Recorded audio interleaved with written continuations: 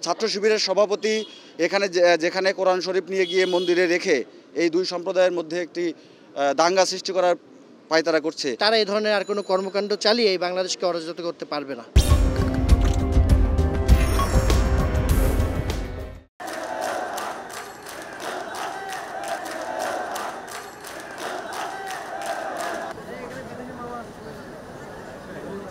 অসাম্প্রদায়িক বাংলাদেশ গড়ার প্রত্যয় যখন এই বাংলাদেশ এগিয়ে যাচ্ছে, সেই সময় আমরা সকলে জানি সেই পাকিস্তানের প্রেতাত্মারা যখন এই বাংলাদেশকে আপনারা জানেন 1971 সালে তারা মেনে নেয়নি, সেই পাকিস্তানের প্রেতাত্মারাই কিন্তু এই মুহূর্তেও সেই একই কাজ করছে। আপনারা জানেন যে জননেত্রী দেশরত্ন শেখ হাসিনা আপা তিনি তার এই ক্ষমতা যে সময়টা অতিবাহিত করছেন, প্রত্যেকটি সময় দুর্গাপূজার সময় আপনি দেখেন যে কোনো জায়গায় কোনো অরাজকতা সৃষ্টি হয় না এই 13-14 বছরে কোনো জায়গায়। কিন্তু এই মুহূর্তে এসে আপনারা দেখেন যে আমরা কিন্তু ইতিমধ্যে প্রমাণ পেয়েছি যে ছাত্র শিবিরের নেতাকর্মীরা এই ধরনের একটি চক্রান্ত করে কিন্তু এই ষড়যন্ত্র করে এই সাম্প্রদায়িকতা সৃষ্টি করেছে।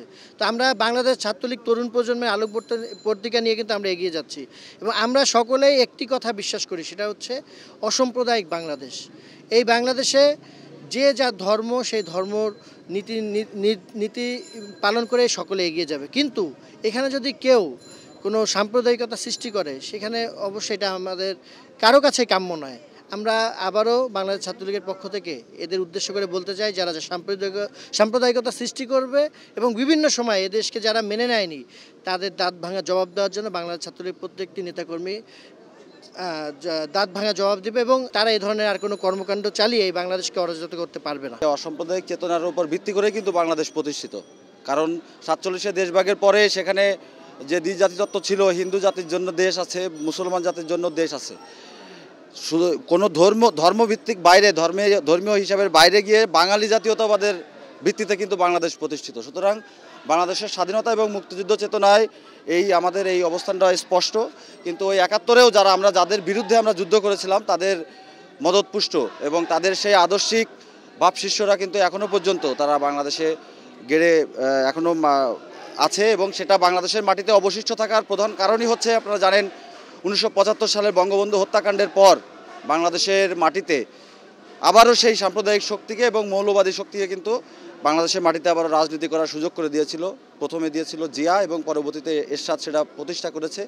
সেই যে প্রতিষ্ঠা, সেই সময় থেকে সেই যে বিষ বৃক্ষ বাংলাদেশে রোপণ করেছিল, সেই বিষ বৃক্ষ এখনও তার ডালপাড়া এবং শেকড় সহ বাংলাদেশের প্রত্যেকটি এলাকায় যে আমাদের বাংলাদেশের যে আপনারা জানেন যে বাংলাদেশের যে ধর্মভীরু যে মানুষ, এদের যে সফট কর্নার এবং ধর্মীয় অনুভূতির উপরে তারা ব্যবসা হিসেবে তারা ধর্মীয় অনুভূতিকে ব্যবহার করার জন্য তারা বিভিন্নভাবে বাংলাদেশের মানুষকে তারা বিপদগামী করছে।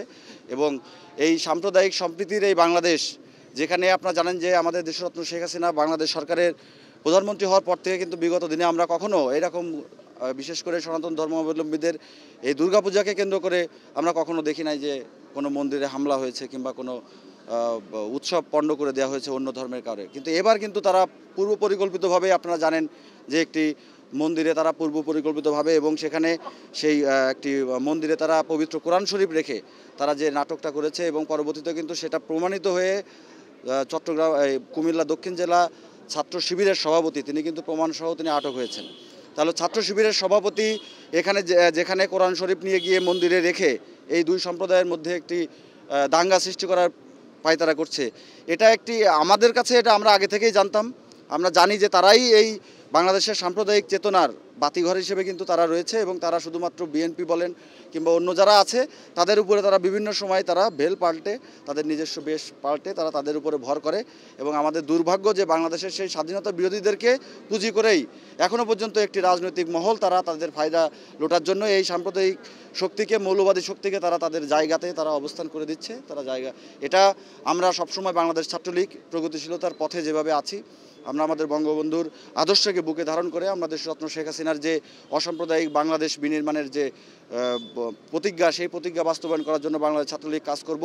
আমরা বিভিন্ন সময় আপনারা জানেন যে এই মৌলবাদীদের উস্কানি দেওয়ার জন্য বিভিন্ন সুশীল সমাজ থেকে শুরু করে অনেকেই যারা নিজেদেরকে নিরপেক্ষ জায়গায় নিরপেক্ষ হিসেবে দাবি করে কিন্তু প্রত্যক্ষ এবং পরোক্ষভাবে তারা এই মৌলবাদকে উস্কে দেয়, তাদের বিরুদ্ধে কিন্তু আমরা বিভিন্ন কর্মসূচি দিয়েছি, তাদের বিভিন্ন ধরনের হুঁশিয়ারি করেছি। বিশ্ববিদ্যালয়ের বিভিন্ন শিক্ষকও কিন্তু আমরা দেখেছি যে এই মৌলবাদ উস্কে দেওয়ার পেছনে তারা আছে। তাদের পেছনে আমরা যে আন্দোলনগুলো করেছি তাদের বিপক্ষে, সেই আন্দোলনের ফলস্বরূপ কিন্তু তাদের যে কার্যক্রমের বিরুদ্ধে আমরা আন্দোলন করেছি সেই আন্দোলন কিন্তু আমরা দেখতে পাচ্ছি যে তাদের যে উদ্দেশ্য ছিল সেই উদ্দেশ্য কিন্তু এখন তারা সফল।